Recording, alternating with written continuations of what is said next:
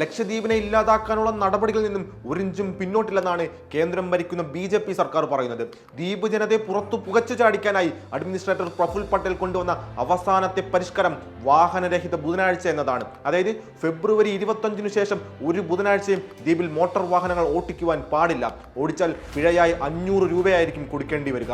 ദ്വീപ് നിവാസികൾ ഹൈക്കോടതിയിൽ പോയി പെരുന്നാളിന് ശേഷം മാത്രമേ നിയമം പ്രാബല്യത്തിൽ വരൂ എന്നുള്ള ഒരു ഇടക്കാല ഉത്തരവ് സമ്പാദിച്ചിട്ടുണ്ടെങ്കിലും ഇതൊരു ശാശ്വത പരിഹാരമല്ല.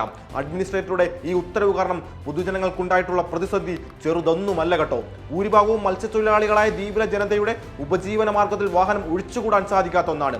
മത്സ്യബന്ധന സാധനങ്ങൾ എത്തിക്കുന്നതിലും അത് വിപണനം ചെയ്യുന്നതിലും വാഹനങ്ങൾ അത്യന്താപേക്ഷിതമായ ഒരു കാര്യമാണ്. അതുമാത്രമല്ല, ബുധനാഴ്ചകളിൽ കപ്പൽ വഴിയും വിമാനം വഴിയും എത്തുന്ന യാത്രക്കാർക്കും രോഗികൾക്കും വിനോദസഞ്ചാരികൾക്കും ജെട്ടിയിൽ നിന്നും ദ്വീപിലേക്ക് എത്താൻ ഈ നിരോധനം സൃഷ്ടിക്കുക വലിയ ബുദ്ധിമുട്ടുകളാകും.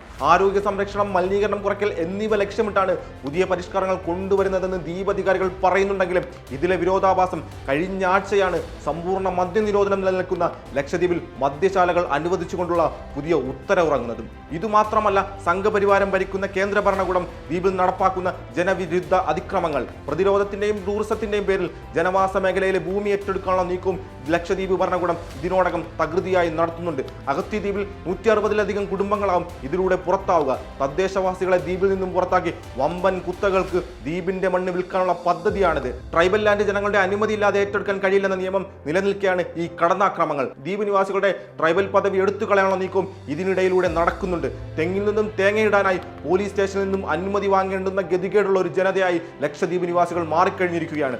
95% മുസ്ലിങ്ങൾ മാത്രം താമസിക്കുന്ന ഒരു പ്രദേശമാണ് ലക്ഷദ്വീപ്. RSSന്റെ വിചാരധാരയിൽ മുസ്ലിങ്ങൾ അവരുടെ ഒന്നാമത്തെ ശത്രുവാണ്. അതുകൊണ്ട് തന്നെ ഇനിയും ഇത്തരത്തിൽ വംശീയ ഉന്മൂലന നീക്കങ്ങൾ അവിടെ നിന്നുണ്ടാകുമെന്ന് ഉറപ്പാണ്.